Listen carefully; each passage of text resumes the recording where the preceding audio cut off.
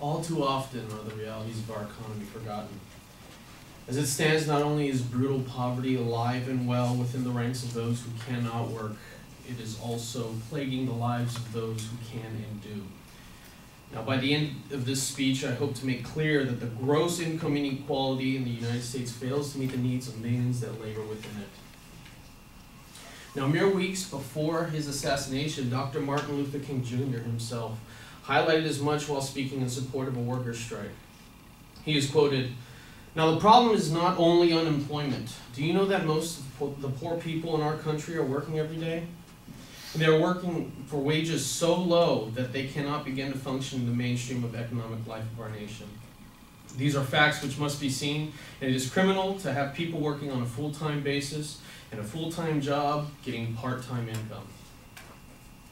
Now, despite his life and activism that ended nearly 50 years ago, the United States is far from eradicating the epidemic of poverty within the ranks of the working poor. Take Rashawn Rogers, for example. His unpredictable schedule, along with a low wage, makes it nearly impossible for him to provide for his 4-year-old son, let alone himself, between his 2 jobs as a sales associate at Old Navy and a crew member at Wendy's. This makes it so he must rely on a modest $170 a month in food stamps just to make ends meet for him and his child. One does not need to look very far for the testimonials of hardworking families that struggle on the clock each day, only to come home to nothing but more struggle.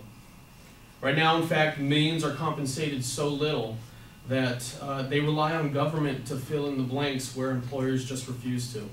73% of the 100 million on some sort of a public assistance are actually in working households. Now, taxpayers are, of course, expected to pick up this bill to the tune of $152.8 billion each year. This all whilst the CEO of Wendy's and the CEO of Gap Inc. are making something like $7 million in compensation every year. And the execs around them aren't making much less.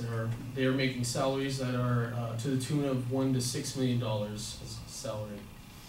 Meanwhile, employees like Rashawn Rogers ration food just to make sure they make it and survive to the next paycheck.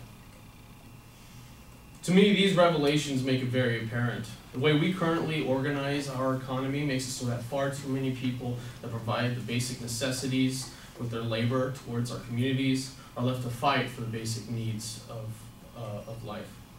It does not make sense that someone providing such detrimental services should get shafted in wages and forced onto welfare, begging for simply a marginal wage increase while their employers make something like $4,000 per hour. We have the tools to address this issue, but all we need to do is choose to fix it. Thanks.